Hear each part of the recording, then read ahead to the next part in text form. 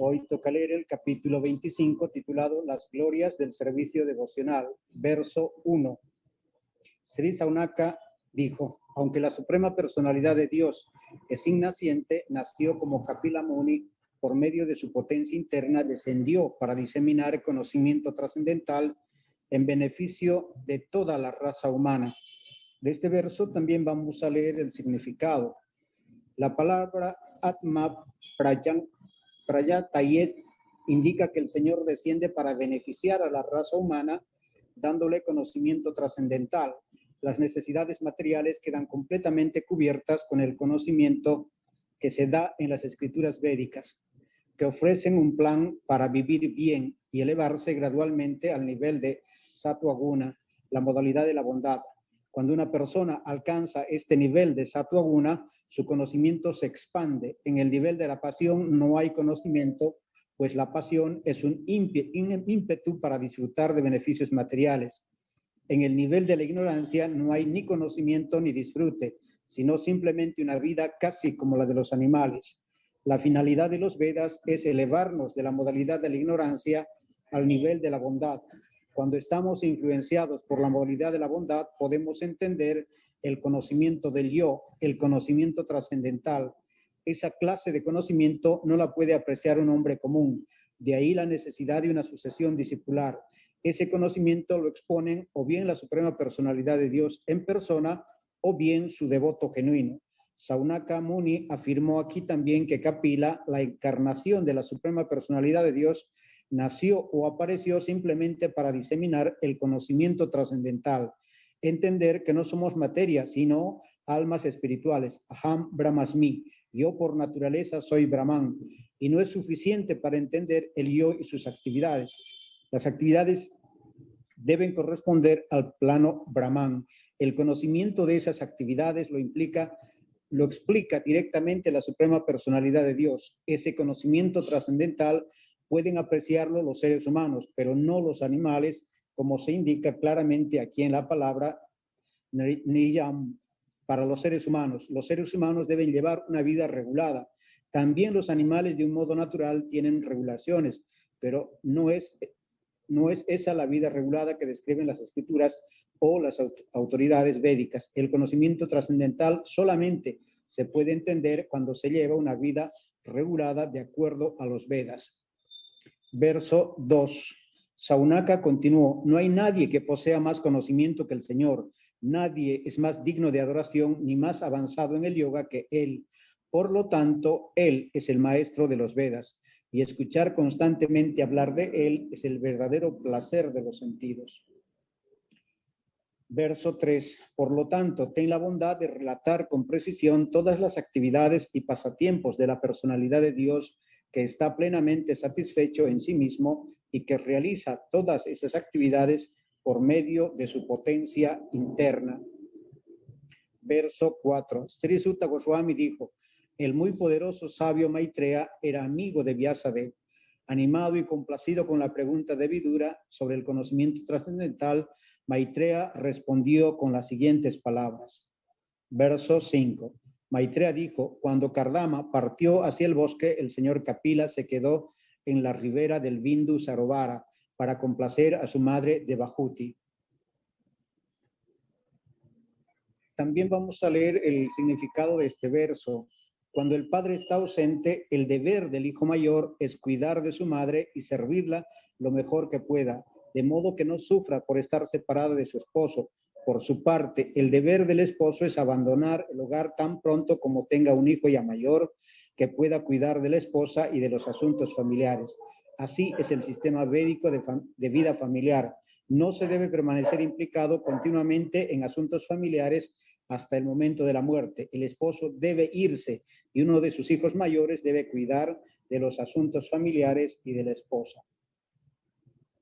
Verso 6. Una vez Kapila, que podía mostrar a su madre la meta final de la verdad absoluta, estaba plácidamente sentado ante ella y Devahuti, recordando las palabras de Rama, empezó a hacerle preguntas. Verso 7. Devahuti dijo, mi señor, estoy hastiada de que los sentidos materiales me agiten. pues por culpa de esa agitación de los sentidos he caído en el abismo de la ignorancia. Verso 8. Señoría, tú eres mi único medio para escapar de la región más oscura de la ignorancia, pues eres mi ojo trascendental que únicamente por tu misericordia he obtenido después de muchos nacimientos. Verso 9. Tú eres la suprema personalidad de Dios, el origen y Señor supremo de todas las entidades vivientes. Tú has aparecido para difundir los rayos del sol a fin de disipar la oscuridad de la ignorancia del universo. Verso 10. Mi Señor, ten ahora la bondad de disipar mi gran ilusión. A causa de mi sentimiento de ego falso, tu maya me ha ocupado en su servicio y me ha identificado con el cuerpo y con las consiguientes relaciones corporales. Verso 11.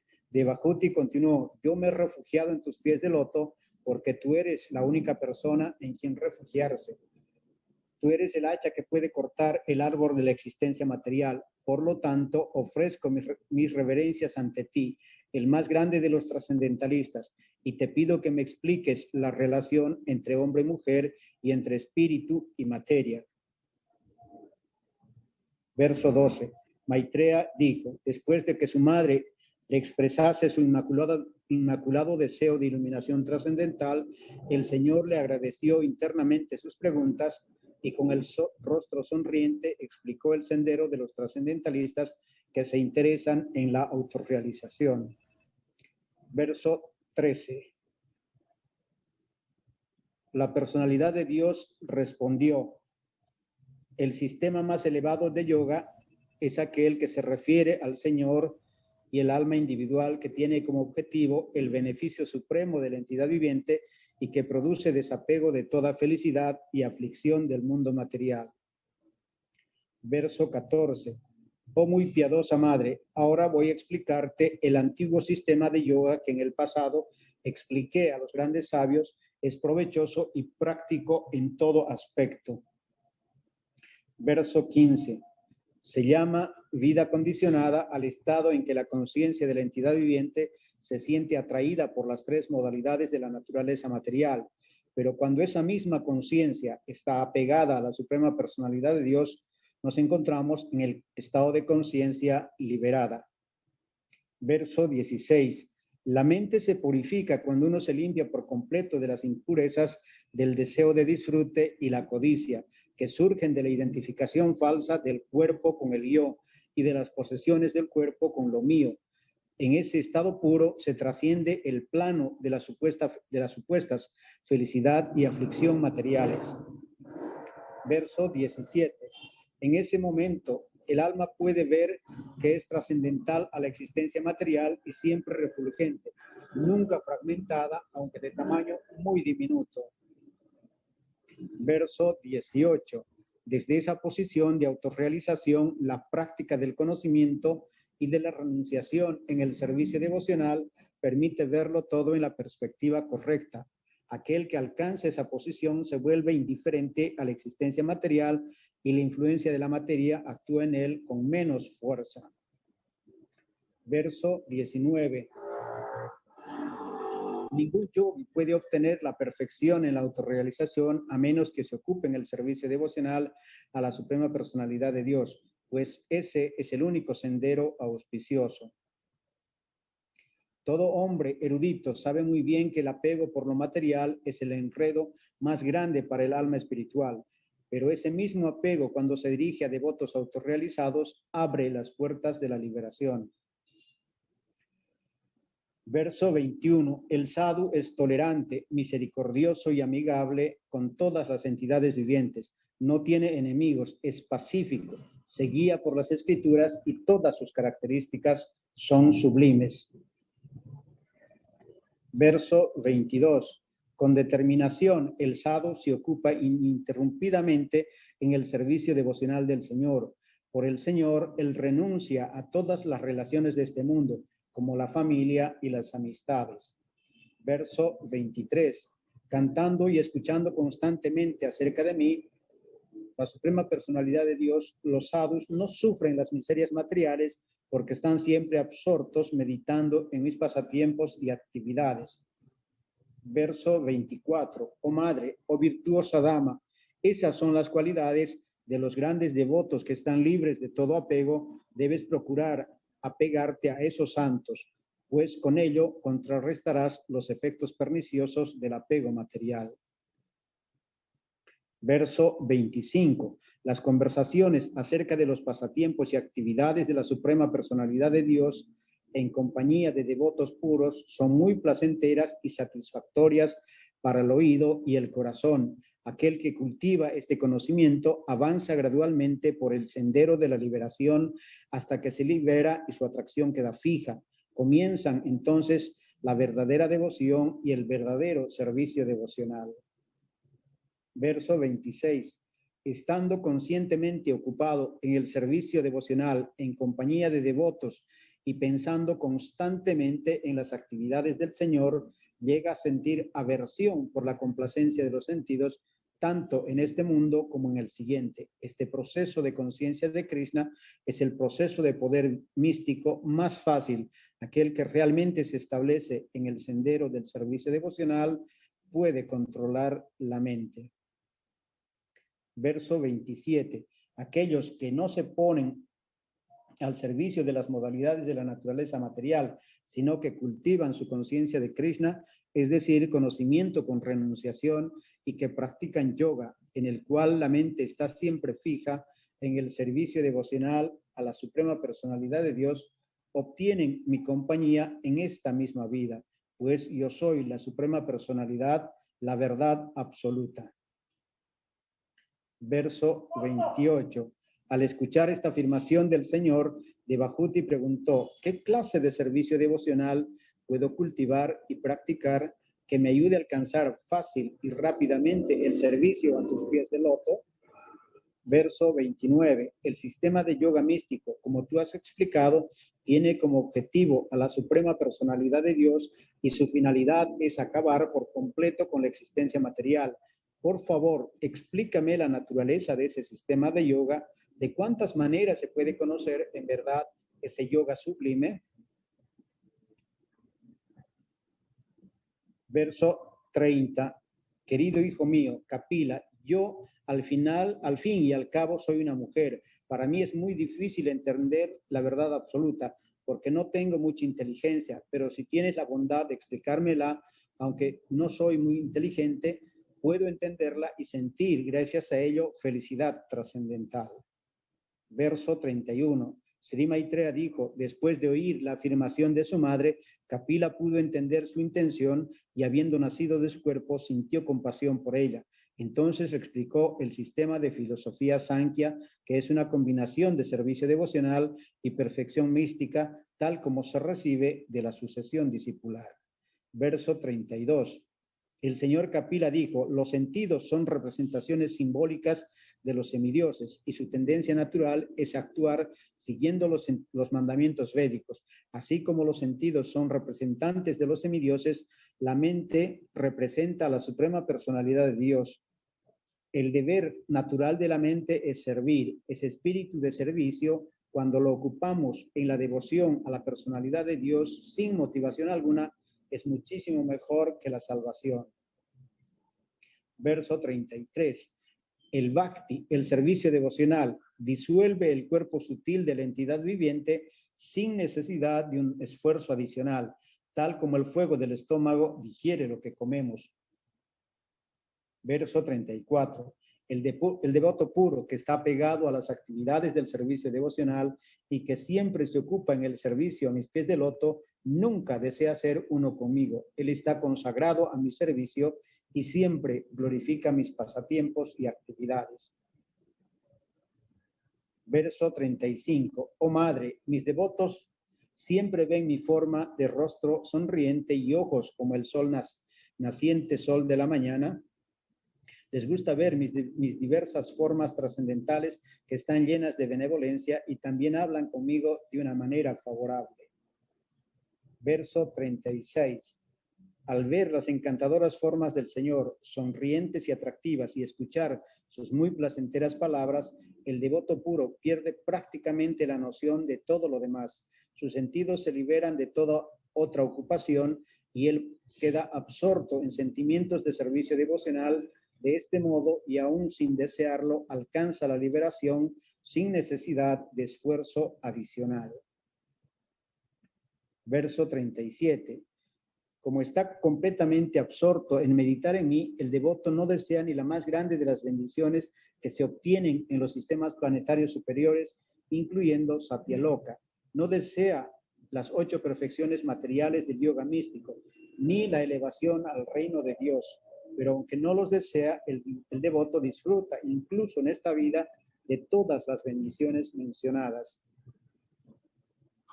Verso 38, el Señor continuó: mi querida madre, esas opulencias trascendentales que los devotos reciben nunca se pierden, ni las armas ni el paso del tiempo las pueden destruir, puesto que me han aceptado como amigo, pariente, hijo, preceptor, benefactor y deidad suprema. En ningún momento puede verse privados de sus posesiones. Verso 39-40. El devoto que con su servicio devocional ininterrumpido me adora a mí, el omnipresente Señor del universo, abandona toda aspiración por los planetas celestiales y por la felicidad de este mundo, como las riquezas, los hijos, el hogar, las vacas y cualquier otra cosa relacionada con el cuerpo. Yo le llevo al otro lado del nacimiento y la muerte. Verso 41. Jamás podrá deshacerse de los terribles temores del nacimiento y la muerte aquel que recurre a un refugio diferente de mí, pues yo soy el Señor Todopoderoso, la suprema personalidad de Dios, la fuente original de toda la creación y también el alma suprema de todas las almas. Verso 42. Por mi supremacía sopla el viento, por temor a mí brilla el sol, y el Señor de las nubes, Indra, envía lluvias por temor a mí. El fuego arde por temor a mí, y la muerte va y viene cobrando su tributo por temor a mí. Verso 43. Los yogis, equipados con conocimiento trascendental y renunciación y ocupados en servicio devocional para su beneficio eterno, se refugian en mis pies de loto. Y como yo soy el Señor, ellos se hacen dignos de entrar en el reino de Dios sin ningún temor. Verso 44. Por lo tanto, las personas cuyas mentes están fijas en el Señor se ocupan en la práctica intensiva del servicio devocional. Esa es la única manera de alcanzar la máxima perfección de la vida. De esta manera termina el capítulo 25 del canto 3 del Srimad Bhagavatam, titulado Las glorias del servicio devocional.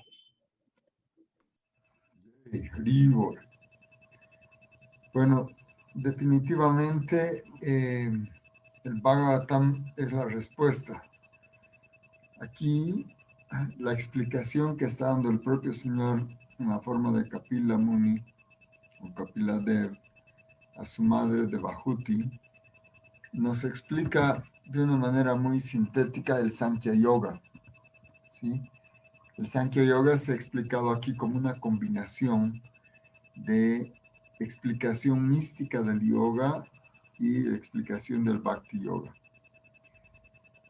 Ahora, Devahuti humildemente dice que tiene poca inteligencia, pero es altamente inteligente porque, imagínense, teniendo todas las opulencias que tiene un palacio flotante, tiene 1000 sirvientas, tiene increíbles opulencias.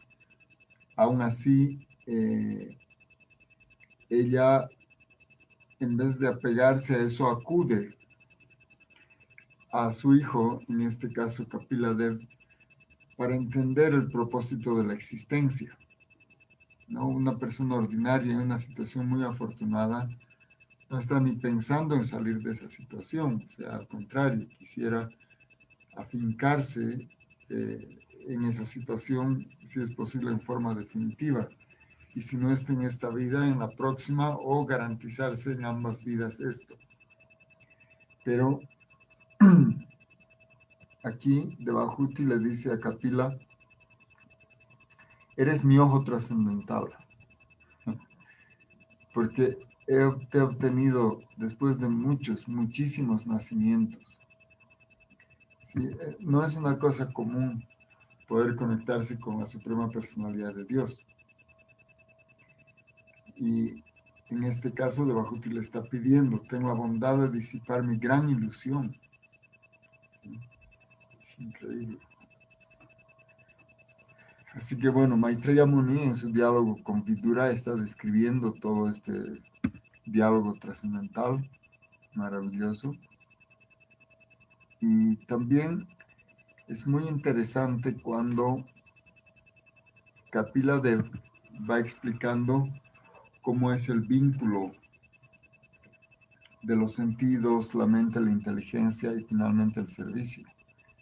¿Sí? No sé si ustedes quieren hacer alguna pregunta adicional o quieren hacer alguna aclaración. Adelante, por favor. Prabhuji, este capítulo tiene por título el servicio devocional, pero también usted dice que hace referencia al Sankhya Yoga. ¿Cuál es la diferencia entre ambos? Bueno, estrictamente hablando, Sankhya se refiere al estudio analítico, ¿no?, de la naturaleza material y su relación con la trascendencia. En este caso, puesto que quien está hablando es el propio señor Kapila, cuando explica el Sankhya, explica que ese análisis, porque nos ha dado explicaciones desde los sentidos, las funciones de la mente, la inteligencia, ha concluido en el servicio devocional. En realidad, todos los sistemas de yoga son en última instancia Bhakti Yoga, pero empiezan de diferentes maneras. Entonces, el Karma Yoga empieza con ofrecer resultado de las acciones, el Jnana Yoga empieza por el estudio de la liberación en los Vedas, en este caso el Sankhya Yoga a partir del estudio analítico de la realidad y de la trascendencia, y de todas maneras, en este caso, como es Kapila Dev quien puede explicarnos el resultado final, él aborda desde este estudio analítico hasta la perfección última, que es ya el Bhakti Yoga. Entonces, es así que ha concluido este capítulo. Pero sí, Sankhya es el estudio analítico de las cosas. Y hay que diferenciar dos tipos de Sankhya. Porque hay otro Sankhya que es ateo.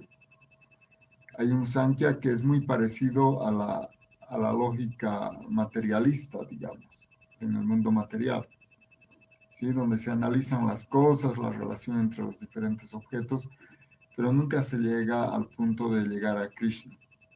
Pero claro, el Sankhya Yoga explicado por Kapila Dev, que es una encarnación del Señor, es el Sankhya Yoga fidedigno, y también por eso se llama Sankhya Yoga, porque el otro también solamente se llama Sankhya. Pero en este caso el Sankhya Yoga es hasta vincularse con el Ser Supremo, ¿no?, a través del servicio devocional, que es la conclusión final, obviamente explicado de una manera perfecta por el señor Kapila Dev, ¿no?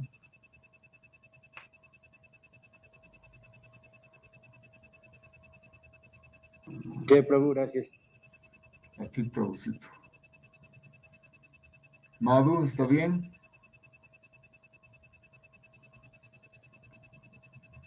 Otro. Sí, gracias. Ok.